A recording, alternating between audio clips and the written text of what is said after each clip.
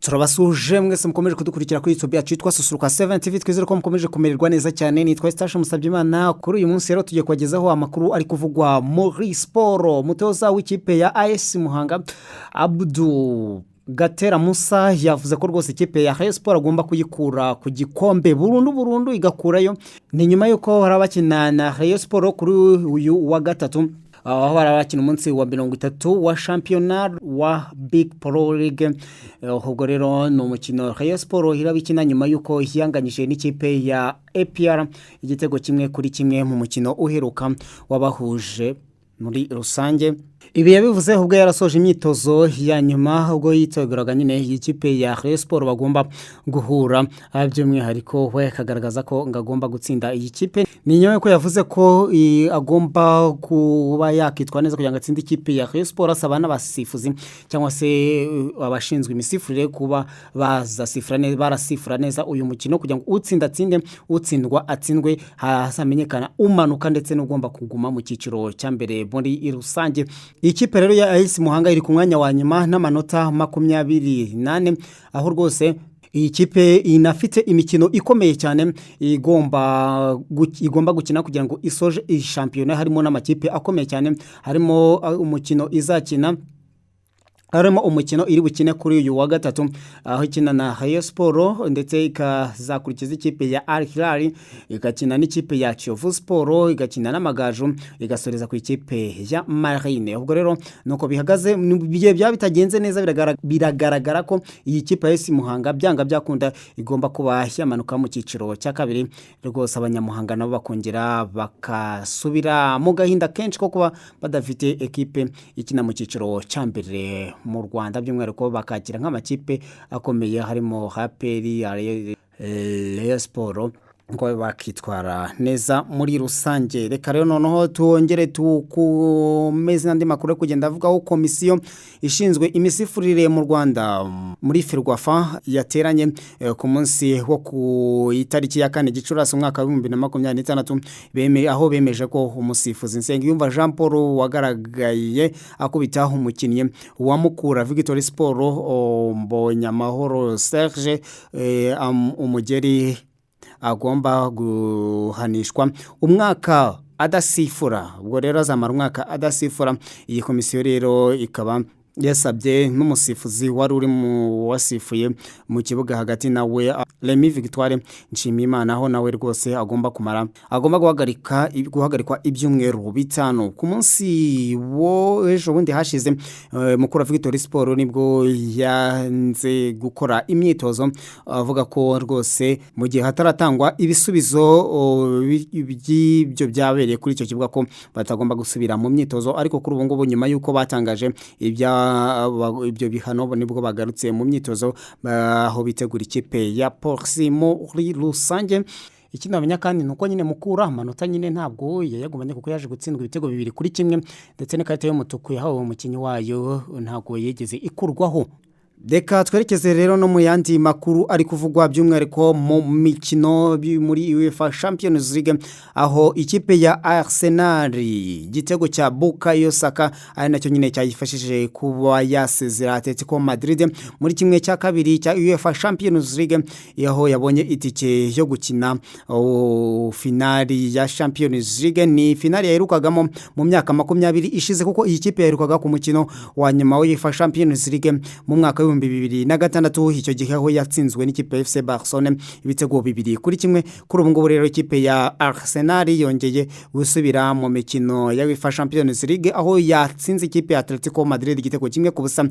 Ni nyuma y'uko umukino ubanza wabereye mu gihugu cya Espagne bari banganyije igitego 1-1. Igisezera rero kubwo ku bitego 2-1. Perezida wa Repubulika y'u Rwanda Paul Kagame, umufana ukomeye w'ikipe ya Arsenal, yavuze ko umukino wa kabiri wo kwishyura wa UEFA Champions League wa kimwe cya kabiri ikipe ya Arsenal na Atletico Madrid akaba n'abafatanya bikorwa b'u Rwanda binyuze muri gahunda ya Visit Rwanda wari mwiza. Umukuru w'igihugu kandi yashimiye by'umwihariko ikipe ya Arsenal nyuma y'intsinzi yabonye ndetse yigeza ku mukino wa nyuma wa UEFA Champions League. ikipe ya Arsenal rero itegereje ikipe iza kurokoka hagati ikipe ya Paris Saint-Germain mu gihugu cy'Ubufaransa ndetse n'ikipe ya Bayern Munich yo mu gihugu cy'Ubudage, aho ikipe ya Paris Saint-Germain mu kintu banza yatsinze ikipe ya Bayern Munich ibitego 5-4 mu gihugu cy'Ubufaransa. Ni mu gihe kuri uyu munsi kwisa isa 3 kuri uyu wa gatatu mu ijoro rwose kuri iyo saha Bayern Munich iza kwakira ikipe ya Paris Saint-Germain.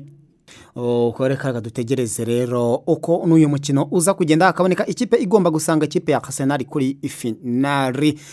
Mu yandi makuru kandi reka tubabwire ko umukinyi w'ikipe ya FC Barcelone wavuye mu ikipe ya Manchester United yashimiye ikipe ya Manchester United havuga ko ari ikipe yamugize uwo ari we, rero akaba yishimiye nyuma yuko iyi kipe iteye ikirenge mu makipe hagomba gukina Champions League wa 2026-2027. Abandi bakavuga ati ntawe baze yashyushye ntago yibagirwa iwabo wambeho. Uyu rero akaba ari Marcus Rashford ukina ikipe ya FC Barcelone ubwo yaravuye mu ikipe ya Manchester United kuko ariho yaturutse.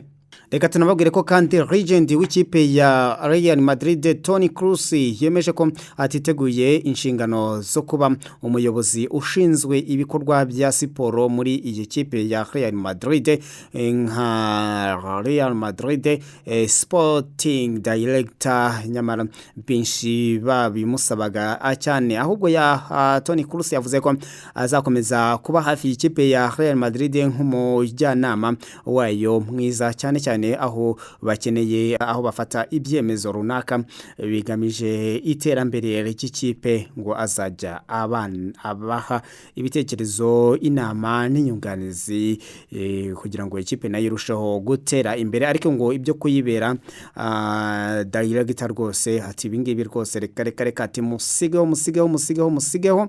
Andi makuru rero ari kuvuga ko tubabwire ko ikipe ya FC Barcelona ishobora kuzahabwa igikombe cya shampiyona y'ikiciro cya mbere mu gihugu cya Espagne 2025-2026 ku mukino ifitanye n'ikipe ya Real Madrid niramuka iwutsinze. Ni umukino bafitanye muri weekend ku cyumweru tariki ya 3 Gicurasi umwaka wa 2026 nibwo ikipe ya Real Madrid yatsinze ikipe ya Espanyol ibitego 2-0. Iyo rero Real Madrid iza gutsindwa cyangwa se kanganya ni ikipe FC Barcelona yo guhita yegukana iki gikombe. Kugeza kuri ubu ngubu rero ikipe FC Barcelona irarusha ikipe ya Real Madrid amanota 11 mu gihe habura imikino 4 kugira ngo shampiyona irangire yahariya mu gihugu cya Espanya. Bivuze ko rero mu mukino bafitanye n'ikipe ya Real Madrid, ndavuga ikipe ya Barcelona kuri Camp Nou niramuka iwutsinze izahita yegukana iki gikombe. Niba bibaye gutyo rero bizaba ari ubwa mbere mu mateka ya FC Barcelona itwaye igikombe cya shampiyona kuri El Clasico. Ni mu gihe Real Madrid ishobora rero kuzakina uyu mukino idafite abakinnyi batandukanye barimo Fernando Mendy wavunitse ubwo bakinaga na Espanyol Barcelona ndetse na Kylian Mbappe nawe ufite ikibazo cy'imvune. FC Barcelona imikino 10 yose iheruka muri shampiyona y'igihugu ya Espagne yarayitsinze. Ni mu gihe ikipe ya Real Madrid kuva mu kwezi kwa kabiri yatsinzwemo na Osasuna, Getafe, Mallorca ndetse inganya na Girona ndetse na Real Betis. Reka tubagezeho n'andi makuru kandi ari kugenda avugwa hari ku mugabane burayi. Reka tubabwire ko mu gihe iki hasigaye imikino 2 kugira ngo shampiyona y'ikiciro cya mbere hara mu gihugu cya Portugal irangire, ikipe ya Benfica itozwa na Jose Mourinho ishobora kwinjira mu makipe arangiza asoje shampiyona adatsinzwe, ariko yo ikaba rwose itakegukana igikombe cya shampiyona.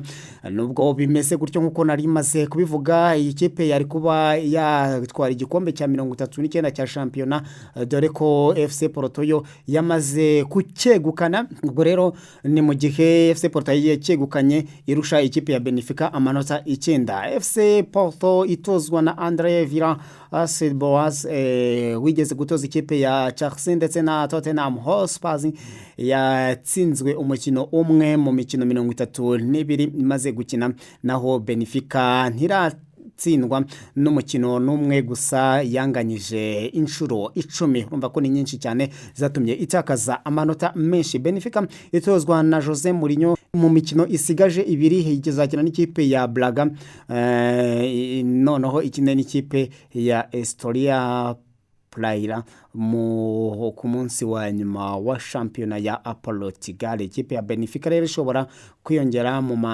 kuri FC Sheriff yo muri Moldova kuko 2024-2025 nayo yatwaye iki gikombe idatsinzwe Red Star Belgrade yo muri Serbia, aho 2007-2008 nayo yatwaye iki gikombe, ndetse n'andi makipe atandukanye ku mugabane wa Rene yabashije gutwara igikombe adatsinzwe. Mu yandi makuru kandi katubabwira ko urwego rutegura shampiyona y'ikiciro cya mbere mu Rwanda, by'umwihariko mu mupira w'amaguru, Rwanda Premier League rwatangaje ko tariki ya mbere Kamena umwaka wa 2026 i Kigali hazatangwa ibihembo by'abakinnyi n'abatoza bahize abandi mu mwaka w'imikino 2025-2026. Rwanda Premier League yatangaje ko ibi bihembo bizatangwa mu byiciro bitandukanye birimo umukinnyi mwiza w'umwaka, umutoza mwiza w'umwaka, umukinnyi muto wahize abandi, watsinze ibitego byinshi kurusha abandi, umunyezamu mwiza w'umwaka, igitego cyiza cy'umwaka,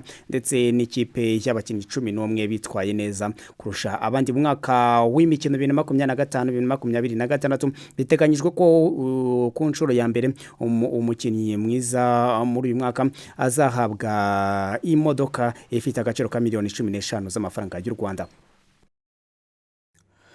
Ndeka tunababwire ko kandi David Raya, umuzamu w'ikipe ya Arsenal, yatowe nk'umuzamu mwiza wa sezo ya 2025-2026 muri Premier League ihara mu gihugu cy'Ubwongereza.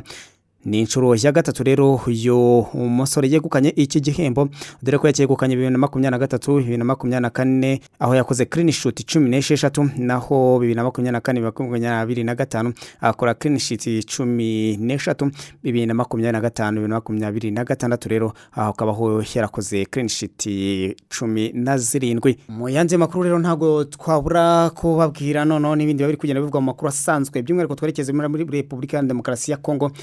Hamaze imyaka igera kuri 5 AFC 23 rwose iri hariya mu Repubulika ya Demokarasi ya Kongo, aho abarwanyi b'ihuriro rya AFC 23 bigaruriye umujyi wa Tushunguti hariya rwose ni muri teritwari ya Karehe mu ntara ya Kivu y'Epfo, aho bawukuyemo abarwanyi b'umutwe wa Hazarendo, aho rwose imbere wabanje gukozanyaho mu mirwano yamaze iminsi 2 yose. Ndabashimira mwese mukomeje kudukurikira kuri YouTube yacu yitwa Susuruka 7 TV. Kora subscribe niba utarayikora, share, comment, hanyuma ukomeze kubana natwe.